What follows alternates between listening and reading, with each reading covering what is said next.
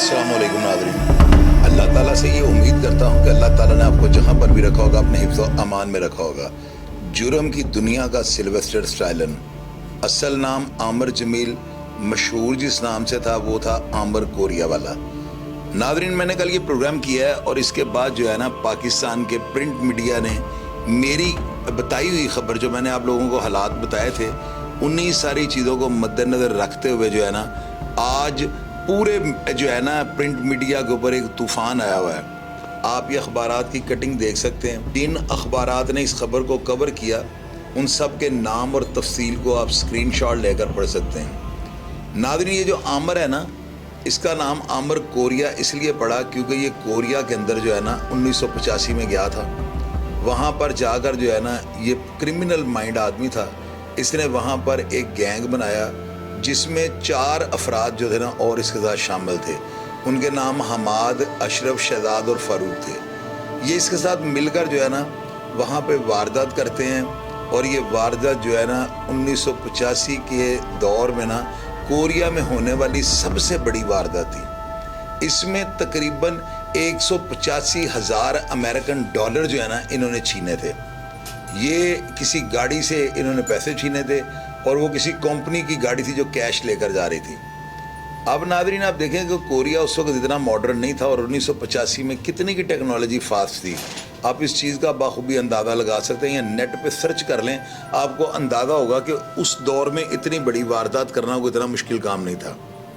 खैर नाज़रीन, इसने जो है ना इस वारदात के पैसों में से कुछ पैसे वहाँ कोरियन शूटर्स को दे करना अपने 2 साथी हमाद और अशरफ को जो है ना किसी नामालूम जगह पर कत्ल करवा दिया। और इसके बाद जो शहजाद नामी लड़का था ना, ये भी सुनने में आया है कि इसने शूटर्स को कहकर वहीं पर इसको जो है ना इसका काम तमाम कर दिया था और इसको भी मरवा दिया था। अब जो फ़ारूक नामी लड़का था ना, उसको इसने अपने कमरे के अंदर, जहाँ पर इसने रिहाइश रखी हुई थी और ये इल्लीगल वहाँ कोरिया में रह रहा था, इसने फ़ारूक को जो है खंजरों के वार करके कत्ल कर दिया और उसके बाद वहाँ से कमरा छोड़ के ये भाग जाता है। इसके फिंगरप्रिंट्स की वजह से कोरियन हुकूमत जो है या कोरियन पुलिस जो थी ना, वो इसका सुराग लगाने में लग जाती है। कुछ अरसा के बाद ये बॉर्डर क्रॉस करते हुए गिरफ्तार हो जाता है। इसका केस ट्रायल होता है और इसको सजाए मौत हो जाती है। अब नाज़रीन, ये वो दौर था कि जब मोहतरमा बेनज़ीर भुट्टो 1992 में वज़ीर आज़म बनती हैं, तो ये कोरिया के दौरे पे गई। तो जब ये वहाँ पर जाती हैं तो कोरियन हुकूमत, चूँकि ये कत्ल भी पाकिस्तानी का था, तो वो मोहतरमा बेनज़ीर के कहने पर जो है ना वहाँ पर सजाए मौत के पाकिस्तानी मुलज़मान जिन्होंने पाकिस्तानियों को कत्ल किया होता है, उनको रिलीफ पैकेज के ज़रिए जो है ना रिहाई का ऐलान कर देते हैं। बेनज़ीर के दौरा करने के बाद वहाँ पर कोरियन जो हुकूमत थी, उनकी दादरसी की वजह से ये बंदा रिहा होकर पाकिस्तान आ जाता है। अब जब ये पाकिस्तान आता है ना, तो ये 1992 और 93 जो था ना, ये रेसों और मैच के जुए का अरूज जो है ना शुरू होने लगा था। उस दौर में ये पाकिस्तान आ गया और इसने आकर जो है ना बहुत बड़े बड़े बुक मेकर जो थे ना उनको तिगनी का नाच नचा दिया। ये 50 लाख 60 लाख यानी कि ये करोड़ रुपया जो है ना समझने के एक मामूली बात थी, उसकी फौरी तौर पे हार जीत कर जाया करता था। इसका बड़ा अरूज आया, बहुत ज़्यादा इसने मालो दौलत इकट्ठा कर लिया और कैलवरी ग्राउंड के अंदर कोई इसने बहुत बड़ी कोठी जो कि 2 से 2.5 कनाल रकबे पर जो है उसका जो है वजूद था, इसने वो ख़रीद ली और वहाँ पर इसने जो क्रिमिनल लोग थे ना उनका गैंग बनाना शुरू कर दिया। अब इतनी देर में इसके पास जुआ हार हार के पैसे ख़त्म हो गए और इसने दोबारा नए सिरे से मुन्ना ठाकुर गैंग जो है वो तश्कील दिया। नाज़रीन, ये जो मुन्ना ठाकुर गैंग है ना, इसका नाम पूरे पंजाब के अंदर मुन्ना ठाकुर गैंग के नाम से जो है ना चला। लोग इसी गैंग का सरगना मुन्ना ठाकुर को समझते थे। ये मुन्ना ठाकुर सिर्फ फर्जी नाम था, यानी कि लोगों की नज़र में सरगना ये था, लेकिन हकीकत में जो है ना उस गैंग का हैंडलर आमिर कोरियन था। नाज़रीन, आप यकीन करें कि ये जो मुन्ना ठाकुर था ना, ये इतना ख़तरनाक बताया जाता है कि इसको मलिक फ़याद इंस्पेक्टर मरहूम CIA के एक बड़े दबंग, इतने को डेंजरस पुलिस ऑफिसर थे ना कि इनकी अंडरवर्ल्ड के क्राइम के ऊपर बहुत ज़्यादा मजबूत गिरफ्त थी।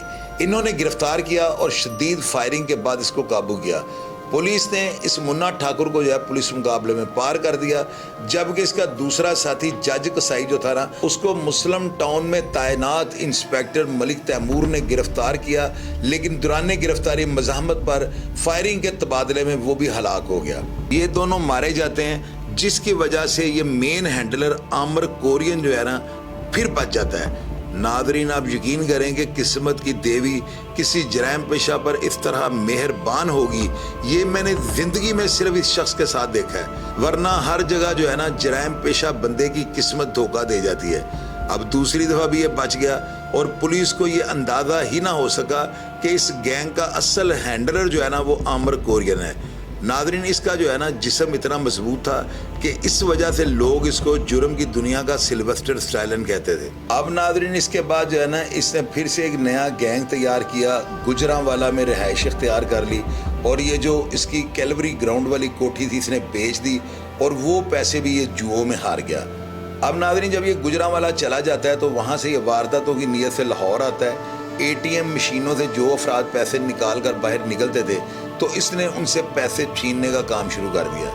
अब ये इसको इतना आसान रास्ता नज़र आया कि इसने अपने साथ मज़ीद अफराद को शामिल किया और ATM के नाके लगाकर वहाँ पर वारदातों का जो है ना एक बहुत ज़्यादा मजबूत नेटवर्क बना लिया।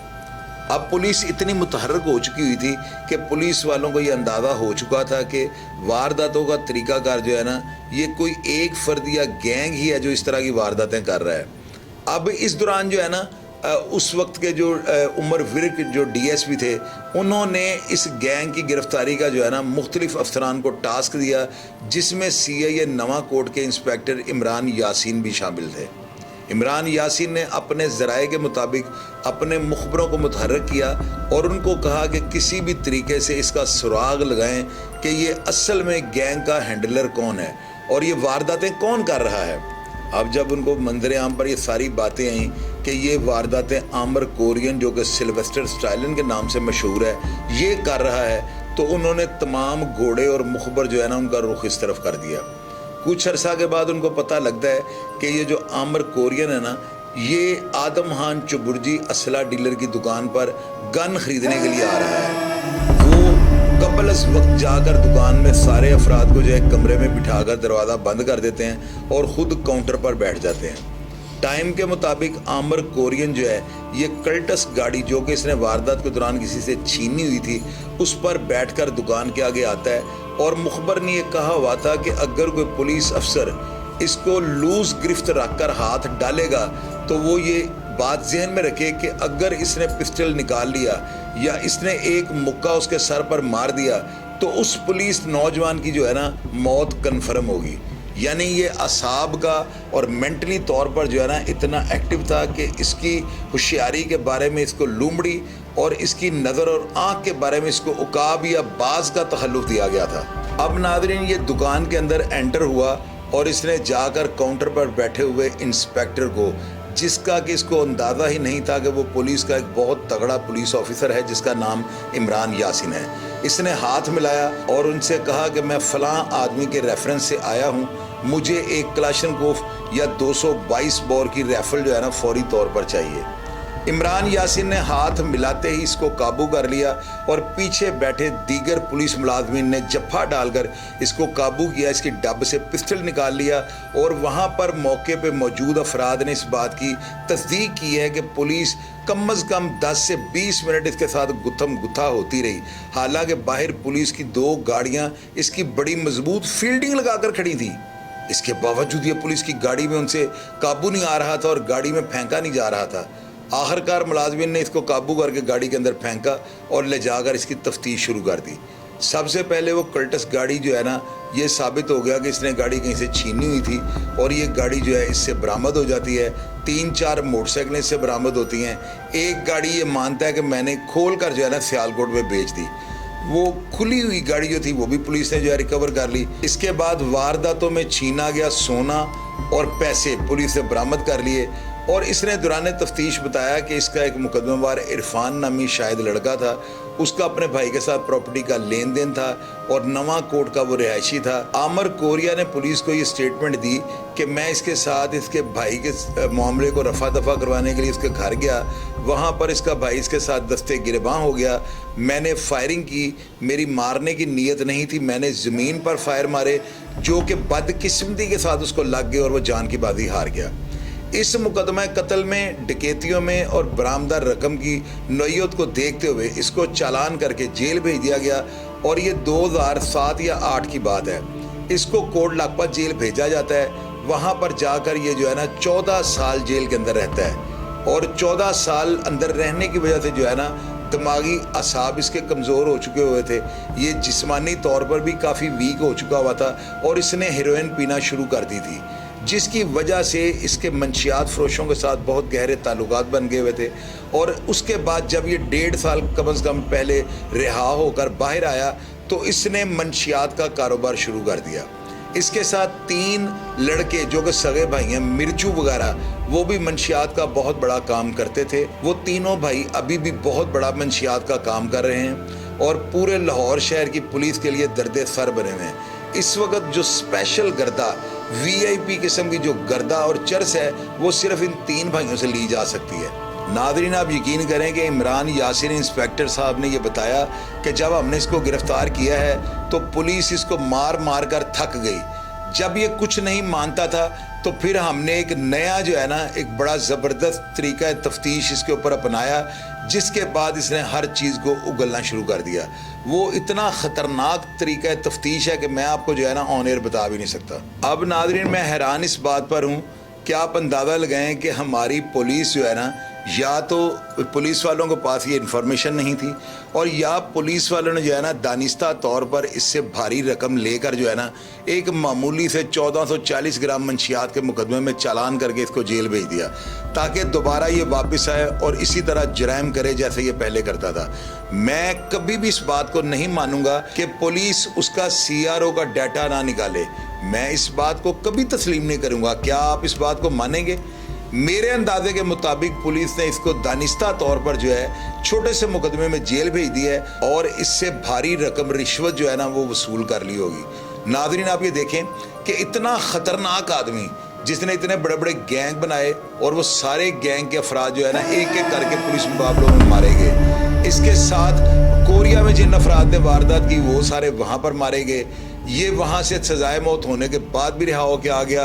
यहाँ पर कत्ल में चलान होने के बाद, इतनी डकैतियों में चलान होने के बाद फिर 14 साल बाद ये रिहा हो गया।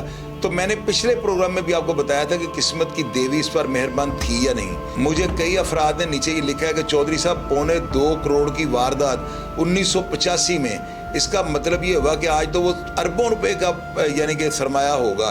तो इतनी बड़ी वारदात ये कैसे कर गए?